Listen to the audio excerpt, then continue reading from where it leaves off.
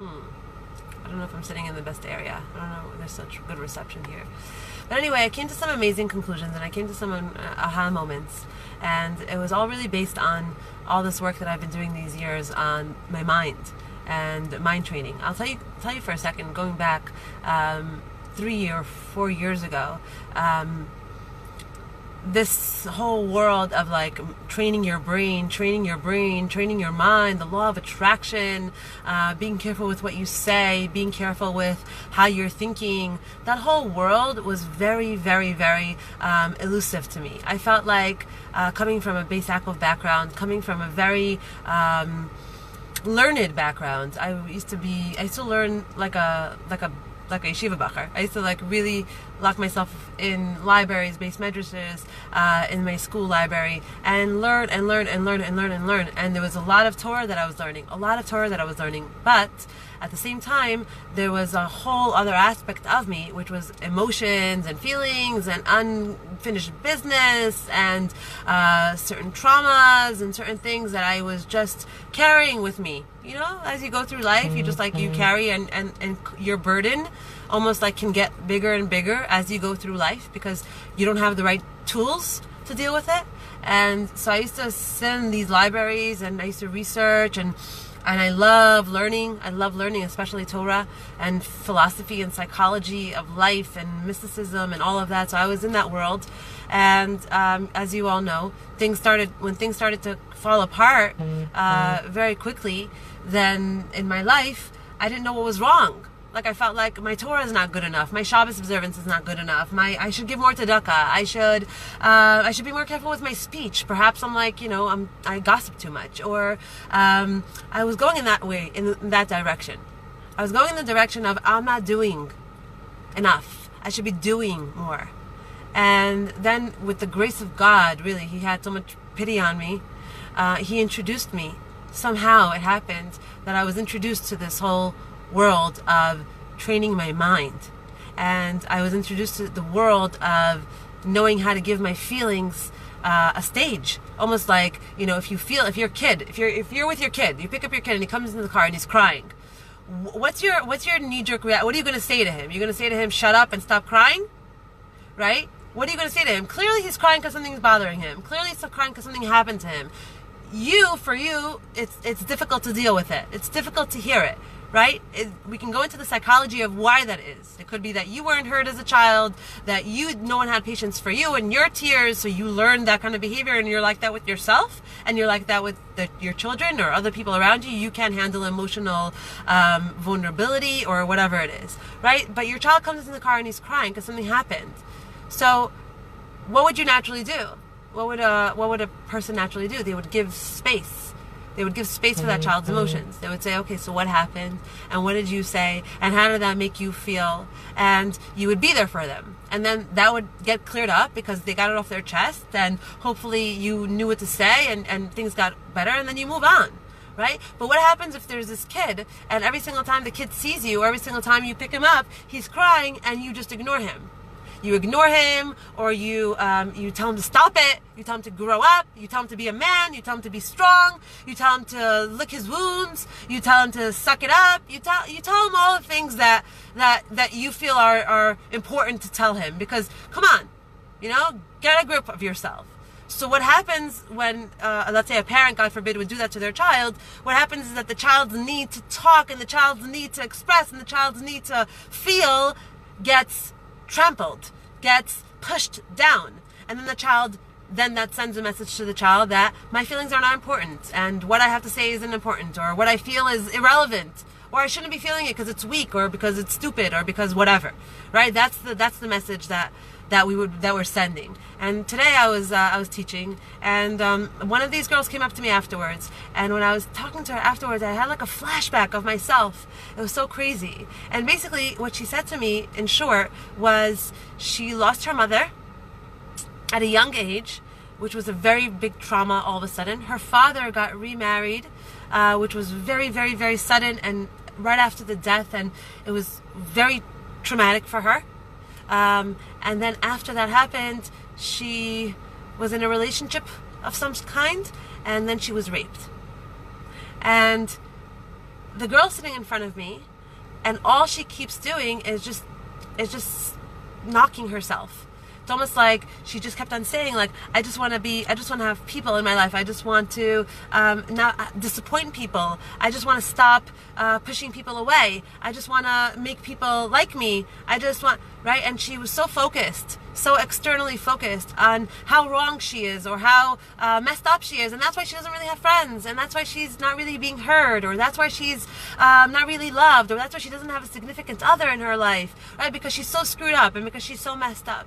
And it took me like 5 minutes to be able to even respond to her, because I saw this beautiful person in front of me who was so traumatized, who went through so much. God sent this girl a crazy, I don't know, like a crazy life thus far. And she's very young, right? To go through all the things that she went through, and to be where she is, where she's knocking herself, where she's blaming herself for not having such good friends, or not being so social, or not knowing how to make people like her.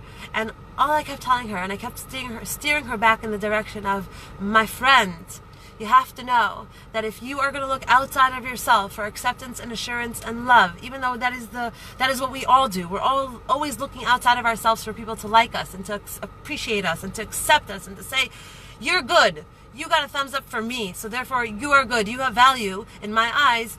If that's what you're going to be, that's where you're going to put your energy, then you're going to feel so depleted all the time. Because you will only have the relationship externally that is going to be exactly one for one with the relationship that you have internally with yourself. If you are impatient with yourself, if you are unforgiving with yourself, if you are hard on yourself, for every mistake that you make, you give yourself hell for it. If you are a person that is trying so hard to get it right, and it keeps noting very clearly when you screw up and when you get it wrong, if you are in that place, then you have to know that is what you're going to attract in your life. So the next time you're in a situation with your husband or your friend or your, wife or your boss, and they are being a bully to you, you have to know that you are manifesting that.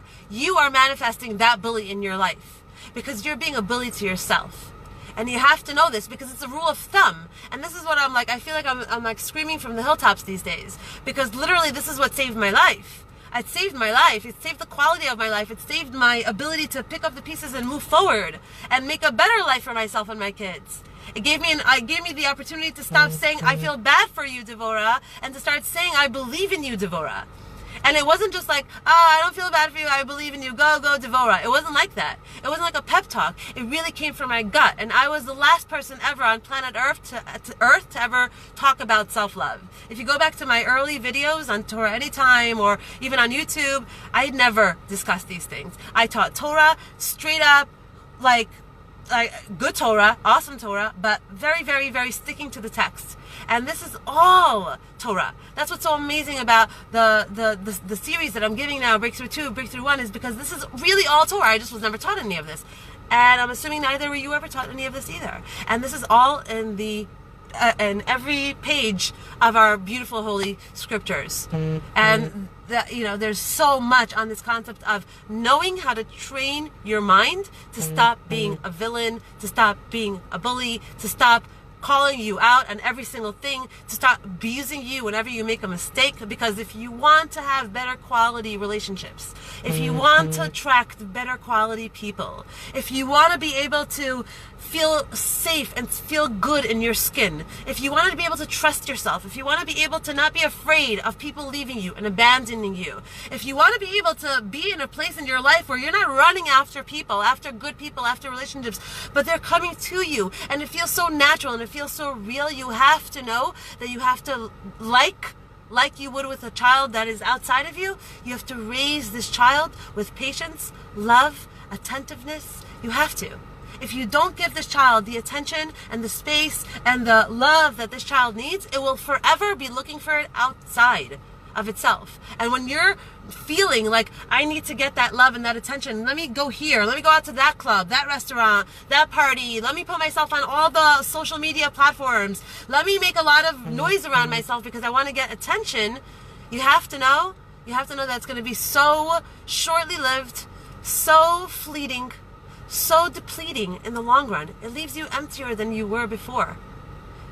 And you have to know that unless you fully give that to yourself, when you're looking for it, that's a very good litmus test. When you're looking for it outside of yourself, when you're all of a sudden desperate for someone to love you, care about you, call you, spend time with you, that is a really, really amazing indication of you have been putting yourself on hold for too long. You have been either involved in a project for too much and pushing yourself too hard. You have not been listening to your certain needs that you have that you're not listening to. Okay, because you think that the responsible thing to do is X, and really you need to give yourself Y a little bit right now. Right? There needs to be a conversation. There needs to be a healthy communication between you and your inner self. And give yourself that love, give yourself that attention, give yourself that time. And then that's the only way to heal, and that's the only way to really be able to make better connections, better relationships without trying so hard, without trying to be something that you're not, without being a people pleaser, without needing other people to think you're so amazing and so beautiful all the time, where you can make mistakes and still have friends and not feel like, oh no, I'm going to lose them now, or oh no, they're not going to think as highly of me now. You can just be yourself and be in an environment that is loving and caring and there for you and supportive, which was such an eye-opener for me. It was such a huge eye-opener for me. And I'm telling you, if you follow this recipe, it works. There's too many people walking around planet Earth today that are just so hard on themselves. And because they're hard on themselves, they're making their life a living hell. Because they're hard on themselves, then they keep on having these awful affirmations about themselves without even realizing it's all playing on its own in their subconscious. Of why would that person ever want me, or I'm not good enough to be able to date this kind of person, or to get that kind of job, or to look like that. So they constantly give up on themselves. And giving up on yourself looks like when you're giving in to yourself. When you give in to yourself, like for example, you have a bad habit and you want to kick it, but it's really hard for you, right? So giving in and saying, whatever, who cares, it's just whatever, I don't care, anyway, I won't be able to kick it forever, or I don't know, I'm not that strong, or, it's hard for me to stop eating sugar, so I can't, I'm addicted, and we give ourselves all these titles in order to get ourselves off the hook. When you give into yourself, you're giving up on yourself. You gotta know that, okay? And the more you give up on yourself, the deeper of a message you're sending your inner, call it an inner child, call it your small brain, call it your nefesh, call it whatever you want to call it. It's your internal world that you are not worthy. You are not worthy of feeling good, being healthy, being in a good relationship, taking a course, losing weight, I don't know, going to whatever it may be. You're not good enough. You're not worthy enough. And when you keep reinforcing that to yourself, that you're not worthy enough by giving up on yourself, by giving into yourself, then that's the message that you're putting out in the world, 100%. So the next time, God forbid, someone puts you down or doesn't pay attention to you or is dismissive of you, just see that as a mirror. See that as God putting up a mirror in front of you and saying, that's how you're treating self. That's how you're treating yourself. It's easier to escape yourself than to listen to yourself. It's easier to be busy on my phone than to listen to my children give me a half-hour story about something that happened, and meanwhile, while they're talking, they get spaced out and they get distracted, and I still have to be engaged with them. But that is the secret sauce, my friends. The secret sauce is to stay engaged with yourself and not give up on yourself and not be impatient with yourself. If you're feeling something, if you're feeling things, stop judging the feelings, make space for them, stop expecting yourself to be something that you're not. Be with the person that you are and love the person that you are as you are now. And the more you're able to do that, I promise you, the more you'll heal and the further in life you'll be able to get, where these issues are going to subside and they're going to melt away. You'll have a new set of issues, because we always do as long as we're alive. But these issues that you have will subside and they'll melt away, and you'll all of a sudden be attracting good people into your life, support, without trying too hard at all. So always keep your focus internally. Remember that people that are putting you down or dismissive or abusive or whatever in your life are all coming as mirrors to show you the relationship that you have with yourself, okay? And remember not to give up on yourself by giving into yourself. You deserve it. And whenever you do anything that's outside of comfort zone, and I strongly recommend doing things outside of comfort zone on a daily basis, needle point moves. That's what I always teach in Breakthrough. Needle point moves create breakthroughs. Needle point moves create breakthroughs. It's not the big ones. It's not the now taking on myself 40 days of I don't know, doing something like really intense and hardcore. If you're able to do that, then awesome. But needle point moves are where it's at, my friends. That is the point. The next time you find yourself in a situation where you want to call yourself stupid, or when you want to be hard on yourself, or when you are so disappointed in yourself, or when you're giving up on yourself, or where you don't see the light at the end of the tunnel, or where you feel like you're so screwed up, or where you feel like your childhood was the reason for your mishaps today, or for your relationships today, take a step back. Take a step back. Take a step back. Remember to stop abusing. Remember to stop abusing. Remember to stop being that bully. Remember to take another approach. Because once we take another approach, we will see another outcome. We will see another outcome. And I'm talking to you from years of experience, ups and downs, constant ups and downs. Till this day, I've taught Breakthrough and Breakthrough 2 for the past 3 years. Breakthrough 2 is recent. But it's always up and down. I know the material cold in my head. I know it in my head. I know it in my blood. And sometimes, even now, on the way back from Jerusalem, I was just driving back home, and I said to myself, it's unbelievable. Like, Devorah, you know the material so well, and you know it. I have it all already really engraved into my being so much, and I can identify different things in different people immediately because I've worked on this for so long and I've taught it so much. And at the same time, all of a sudden, I'll find myself, I don't know, 4 o'clock in the afternoon. I'm just giving you one example out of many. 4 o'clock in the afternoon, and I didn't drink any water today. And to me, water means a lot. Meaning, it means to me that when I drink water, because it's something that I'm so not used to and something that's so difficult for me, right? When I drink water, that is me loving me. You need this. This is good for you. This is healthy for you. It's 110 degrees right now. Drink water. This as I drink the water, that's hard for me, and I don't feel like it. I don't want to. I even have this like angry reaction to sometimes. I even have this like little kid that's like angry on the inside. That's like, no, I don't want to hear about it. I don't want it. Right? It's almost like irrational. It's so weird. Like, I don't want to take care of myself. Leave me alone. Get off my back. It's almost like that kind of a reaction. And as I'm drinking the water, I'm telling myself, this is because I love you. This is because you deserve this. This is because you are worth this. This is because this is healthy for you, for your internal organs, for your body, for your skin. This will make you calm. This will make you be able to think better. You deserve this. You're worth this. I'm giving myself those messages all along because the inner child inside is like, is self-destructive in that way. Doesn't want to take care of self. And that's how it presents in that way. It presents in other ways as well, 100%. 100%. But being that I don't want to attract, right? I don't want to attract relationships in my life that are going to be abusive to me, and that are not going to see my worth, and that are not going to see my strengths, and that are not going to be loving. I got to stop doing that to myself. So that means I got to start doing things that are harder for me to do, and that I have a resistance to. I have to start doing that. Because that will reinforce over and over and over and over and over and over again in myself and in my life. I am worthy. I am good. I am lovable. I am worth this. It's good to love me. Just like if I would be parched and I would be married and my husband would notice that and be like, here, have a bottle of water. Because that would be a loving gesture on his end. So I have to give those loving gestures to myself. And you have to give those loving gestures to yourself. And remember, no one's going to bring you flowers.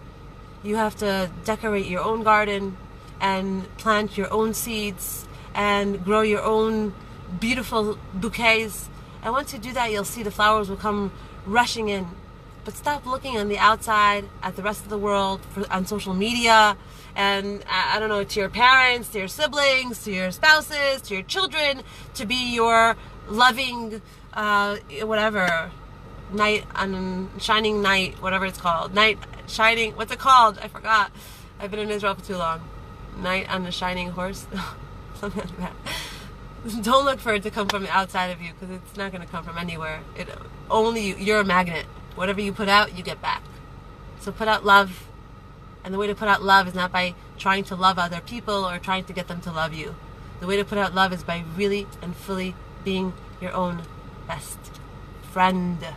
Be your own best friend, even when you screw up, even when you lose a lot of money, even when you lost a job, even when you're screwing up your marriage, even when you're being a little bit abusive to your kids today. Talk to yourself. Feel guilty. Feel guilty. Feel the guilt. Feel it. Because it wasn't the right thing to do, because you did let out your anger on them and it wasn't their fault, okay? And you did try to make them take over an emotion that they shouldn't be carrying on themselves. Feel it. Feel sorry. Say sorry to God. Say sorry that you did that. And then the next day, come back at it with a lot of love and a lot of care and a lot of nurturing. And you'll see. You'll see. Life will start responding to you so different. Just remember to stay on the positive side of things, of yourself, of life, of situations. Keep on giving yourself a lot of chizukim, because we all need them. And with that, I want to invite you all to both Breakthrough 1 and 2. I'm opening up a live course now, where it's going to be live classes. It's going to be like this, and the material is life-changing in so many ways. This is my calling in life. I have found my calling in life, part of my calling in life.